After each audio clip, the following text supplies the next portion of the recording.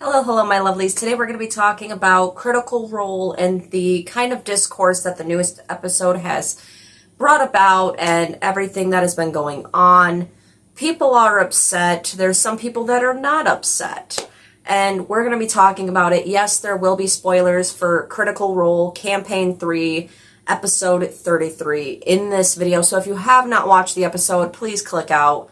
Now, without any further ado, grab a snack, grab a drink, and let's jump into it. Roll the intro.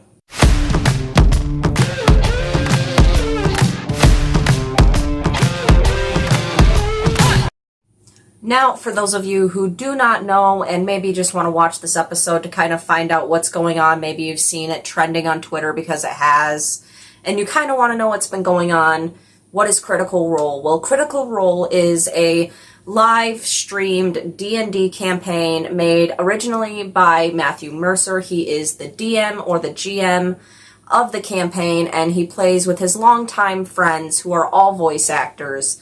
And this is a very well-known D&D campaign. They have had 3 campaigns. One is ongoing so far. That is campaign 3 and what we will be talking about today. And now I'm going to say it again.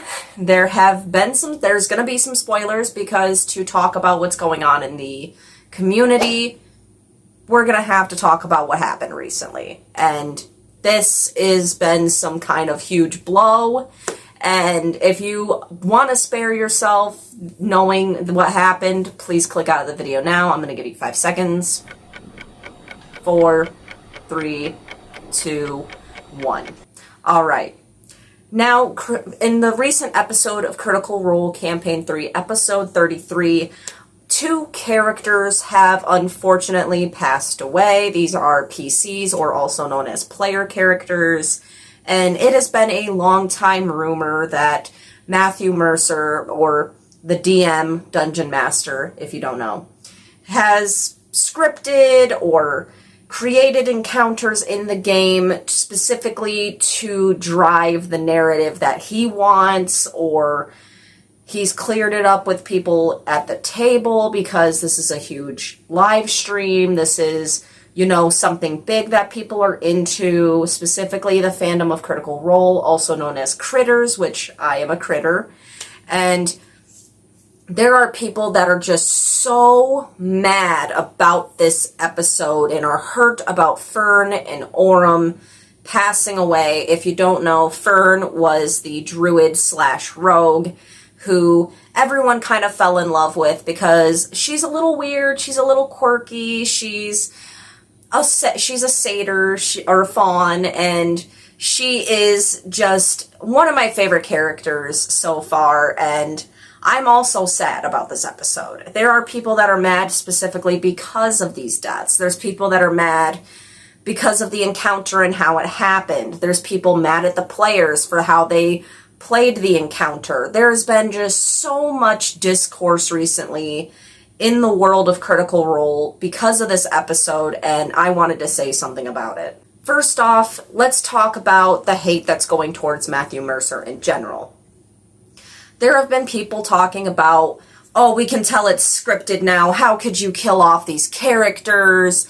There's people saying that, he's controlling by him putting this encounter on them while they're only, like level 7s, and putting this level 18 character in front of them, that he was giving them this unjustly unfair encounter of sorts, specifically to kill off these characters. And I don't believe that.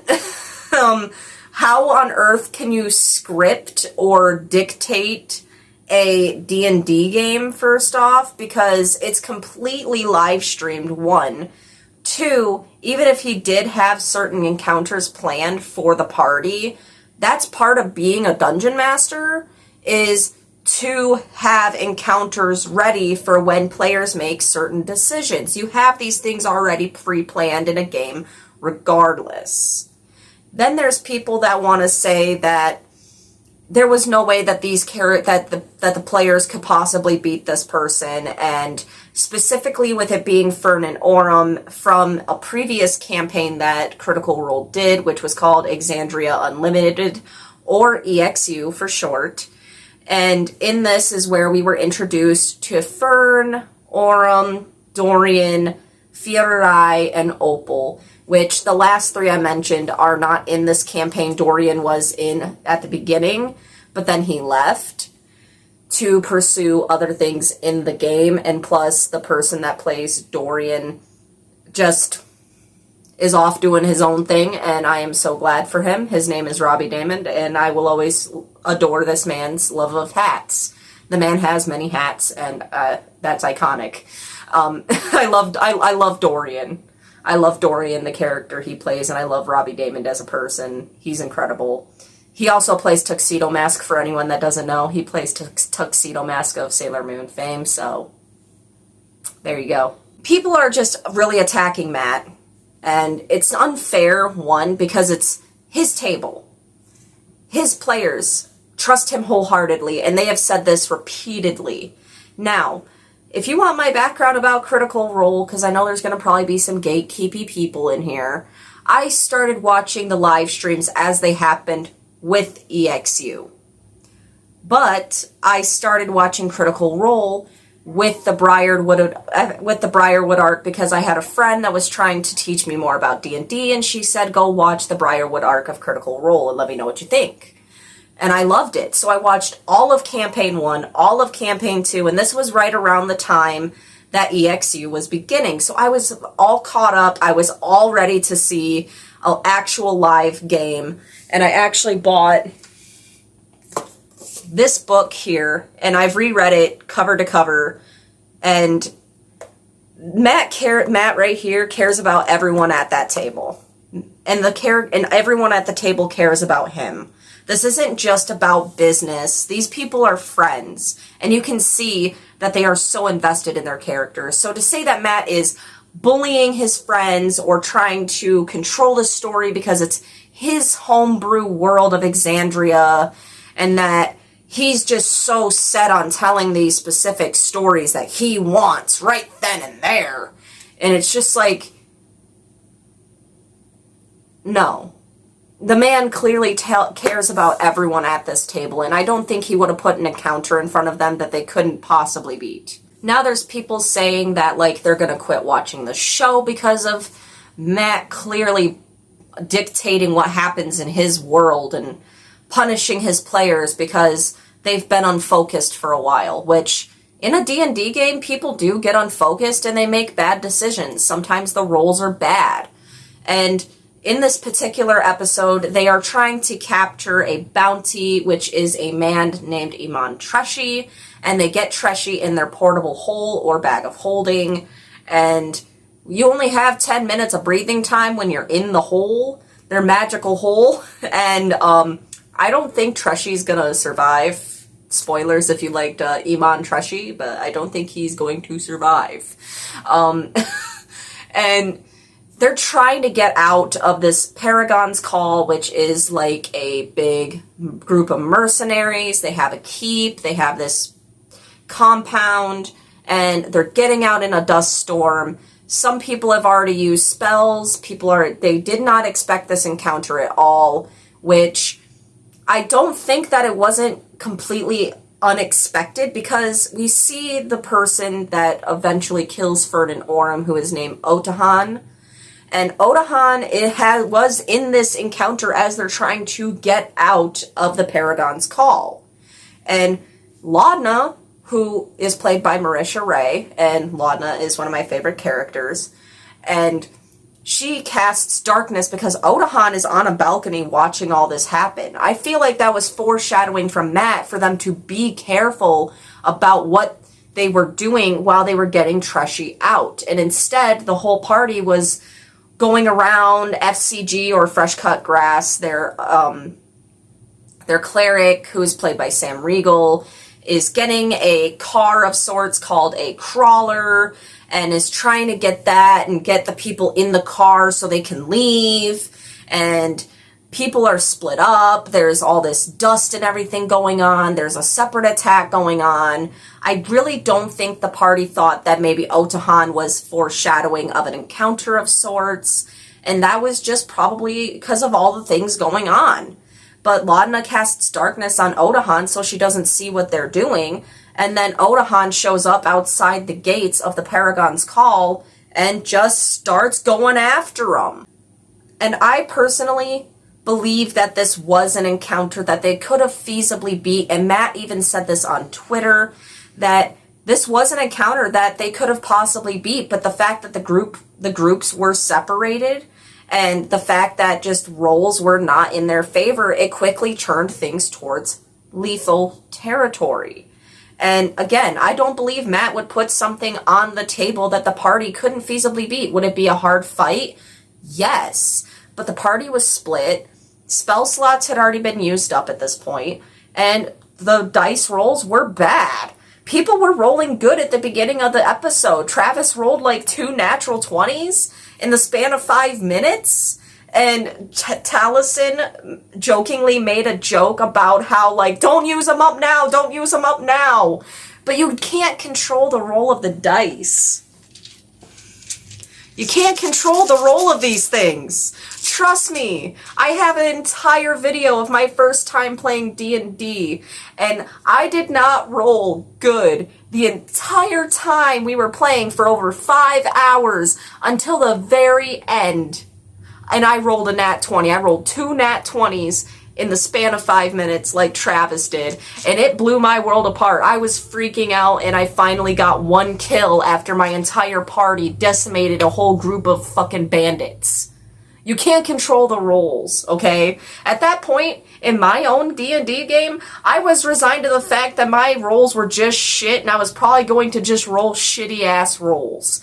I didn't think I was going to get a headshot, but I did because of the dice actually being in my favor, and that nearly smacked me in the face. Now let's talk about the characters themselves and how people have been so attached to these characters, Fern and Orym. If you don't know about Orym, Orym is played by the wonderful, amazing Liam O'Brien, also known as Art Dad in the Critter community. And Orym was the character that he played. He is a halfling fighter. He is a small bean, and he has a very big heart. And Orym wormed his way into everyone's hearts, including my own. And the fact that I started watching the actual live streams of Critical Role with Fern, Orym, Dorian, Firarai, and Opal in EXU, I got so attached to Fern and Orym and Dorian. I love Opal. I fucking love Opal, especially towards the end where she gets the crown of divergence from the Spider Queen. It's amazing. All the people are amazing on this show, and they play their characters so well, and considering the fact that they are voice actors, some people think that Critical Role is just so good because everyone is acting out what they're supposed to do and that this is all scripted from the start. And you can tell right from Liam O'Brien himself that what Orym was going through was affecting him personally. This man was about to break into tears when he found out that Orym was going to die. Hell, even the last words that Orym had was so heavily spoken and so sad, where he says that there is a strong sense of failure because he has been hunting these things for the longest time. He's on a mission. That's what sent him on this journey in the first place. And that he feels like he has failed his mission, but at least he gets to see his husband again. His husband and his friend Derek again. And you can tell on Liam's face that this was not scripted. This was not fabricated beforehand. You can tell it was affecting him very really in the moment. And Liam himself he knows, like, this happens all the time in D&D. People accuse Matt of pulling his punches, and so when he finally stops pulling punches and starts killing off characters, people still want to say that, like, well, why'd you pull punches until now in this unfair encounter where no one could win? Everyone would die. Like,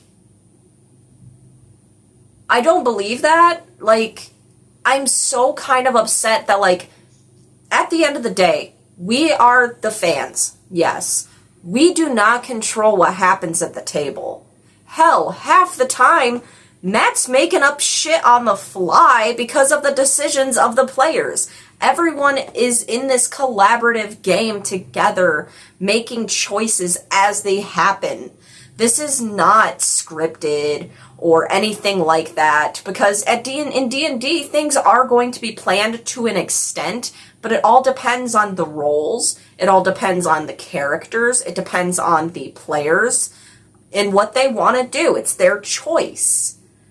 This was at the very start, a game between a group of friends, and they decided to share it online.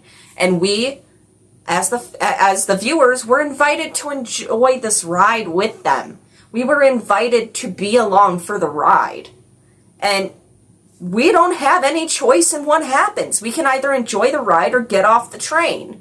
So I understand, being attached to these characters where you relate to their stories in a way, or you just really like a character and you get really sad when they die.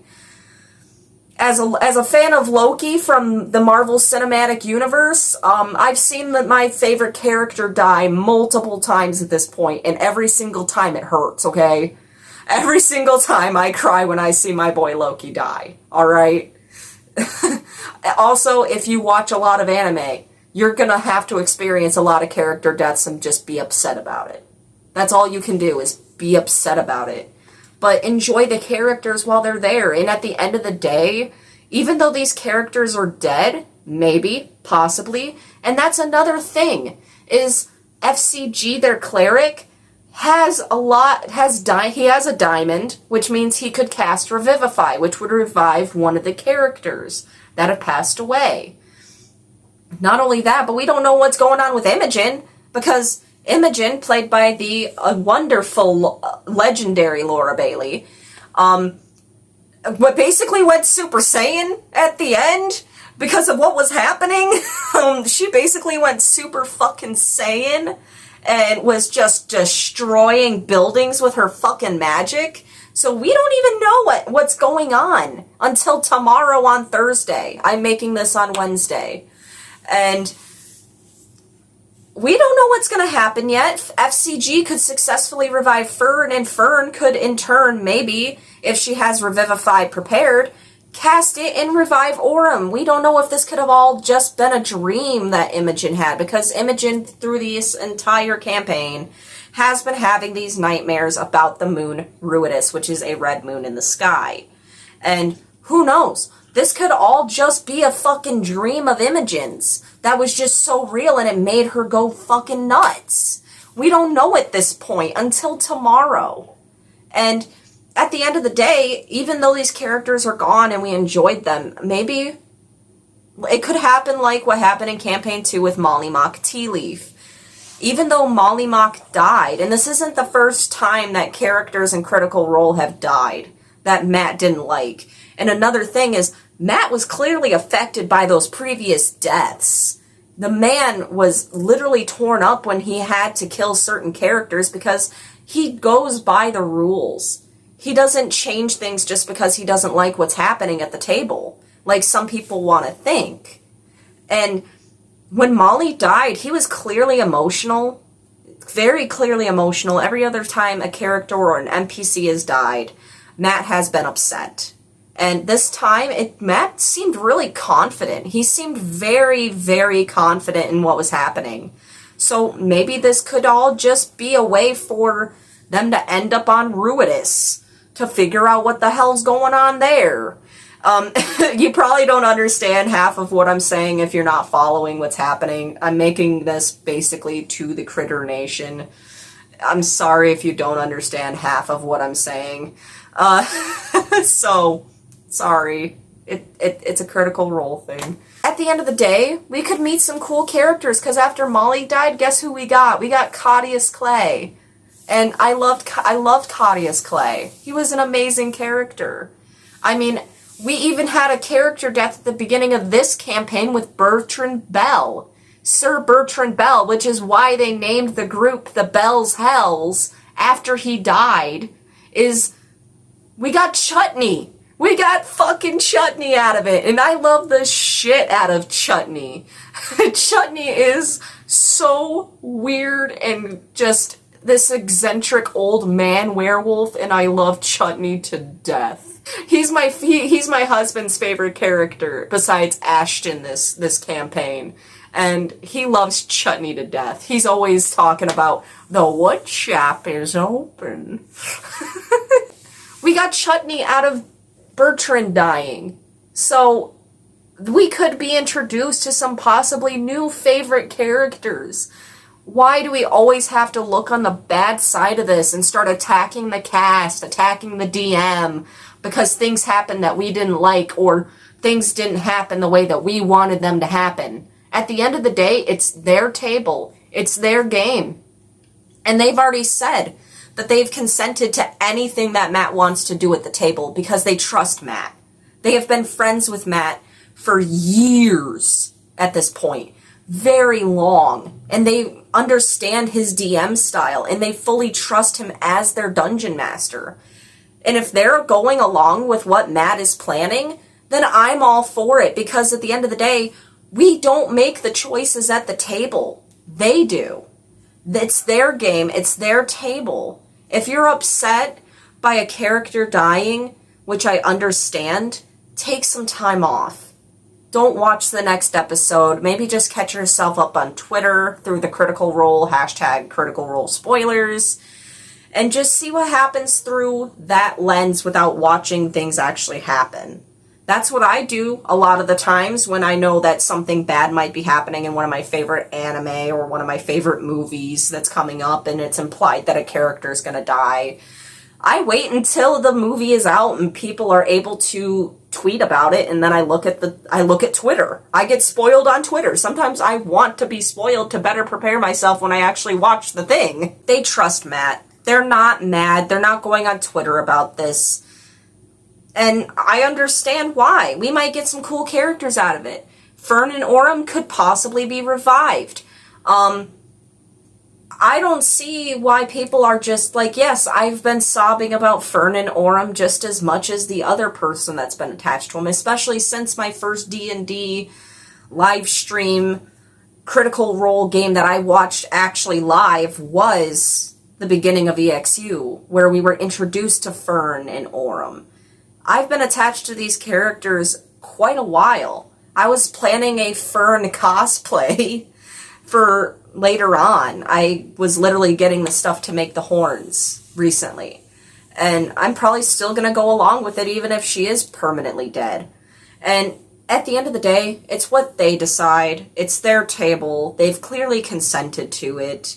If you're upset, take some time off. Don't go harassing the cast. I have seen people threatening the cast, threatening Matt, saying that they're going to quit watching because it's clearly scripted and all this other bullshit. And it's upsetting. Like, be a little bit more grown up. You can be upset, but don't attack people over it. You have no reason to do that.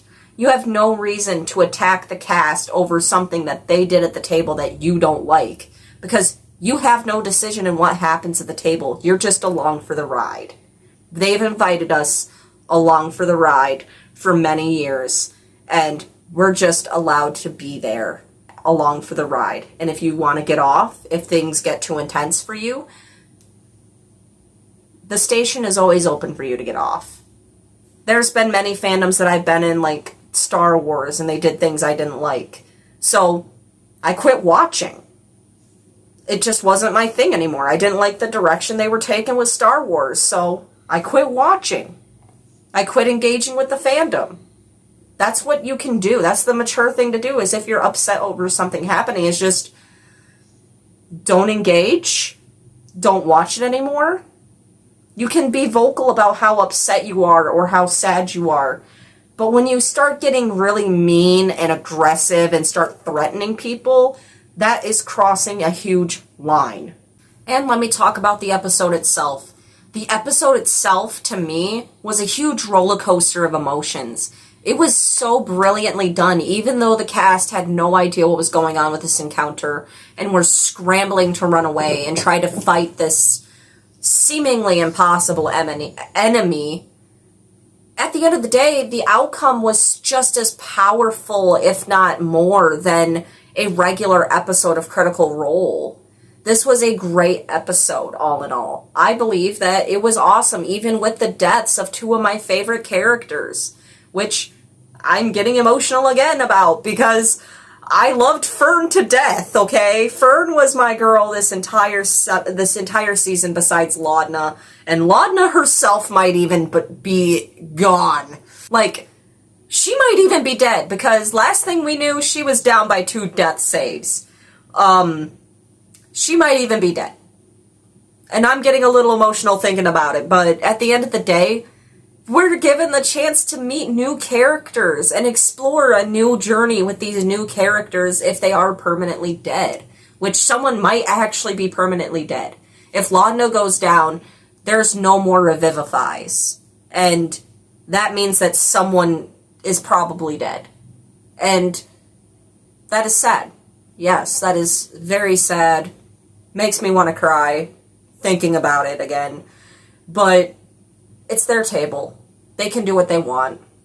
You can be upset. You can tweet about how sad you are that the character passed away. But when you start threatening the cast and start getting hateful, that's when I start having an issue, and that's when I start to speak up, because threatening the cast, threatening the DM does nothing except for hurting them. You can critique the cast all you want, but when you start going around to threats and insulting and just being downright cruel, that's where I have an issue. You shouldn't be doing that.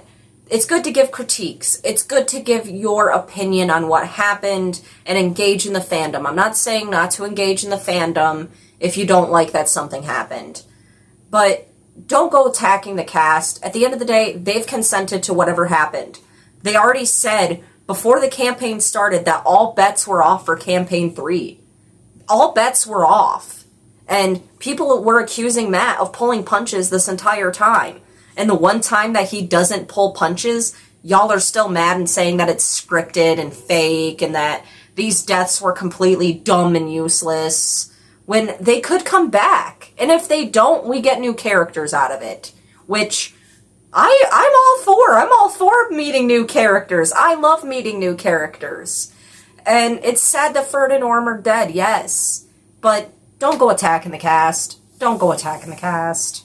Now they're a big multi-million-dollar corporation at this point. They could, and they already have the animated series with Amazon. They could quit live streaming altogether. And you guys being toxic as hell could just make them be like, you know what? We'll go back to having our games at home. We don't need to live stream this. We can just go on making books and this animated series and making stuff for D&D based on our old campaigns and leave them games behind so that way we don't have to deal with all this toxic bullshit. So don't be like those people. Don't be those toxic D&D players. Don't be gatekeepy and attacking the DM and thinking he doesn't know what he's doing, when Matt is a master DM. Matt has been DMing for years upon years upon years. The man knows what he's doing, and his players wholeheartedly trust him at the table. And that is one thing that is a crucial detail to playing D&D with people. That's why it's highly recommended you play with your friends, is because there is a trust there with the DM, with your characters. And a lot of the time, they give Matt their unfinished sheets and are like, here's my basic backstory. You can expand on it however you want because I trust you. And that is an incredible display of trust. That is an incredible display of trust, is trusting someone with your character that you spent probably hours making and planning out. And if that doesn't speak volumes about how much that these players are not only friends, but also trust Matt as their DM, then I don't know what does. And if they're cool with it, so am I. I'm just as upset as a lot of other people about these beloved characters passing away.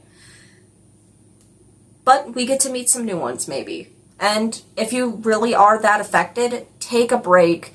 Go look on the Critical Role spoilers on Twitter and engage with the fandom that way, so that way you're not actually watching these characters get hurt. And if you feel like leaving the fandom, just check out, like I did with Star Wars. Just check out, unsubscribe, get rid of all the stuff off of your profiles, and just don't engage with the fandom anymore. Don't engage with that content. Don't go out and start screaming at this person and that person and how they rolled bad and how this person, while their role play is great, their playing sucks and how they don't deserve to be at the table anymore. Because I've seen people saying that about Laura Bailey, about how with the way she handled Imogen in this episode. Players make bad decisions. Players make bad roles. So, it's not us at the table. You can be upset, but not attacking and insulting. And take some self-care days off if you really are them attached to those characters. Take some time off, have some hot cocoa, and maybe watch, I don't know, something that makes you comfy. I've been watching Disney Dreamlight Valley streams to calm me and self-care myself after that episode. Because I believe this episode is going to go down in history, personally. I feel like this is going to go down in some Critical Role history along with the death of Molly Mock Tea Leaf. So, that's what I got for you guys today. The moral of the story is, don't be an asshole. If you're that affected, disengage from the fandom for a while. Come back when you're ready, and if you don't feel like it, don't attack the cast. Don't be an asshole. Same as number one. Don't be an asshole. Don't attack the cast. Disengage if you need to. Come back when you're ready. And let's just all enjoy the ride. Let's all enjoy the ride. And if you want to get off the train,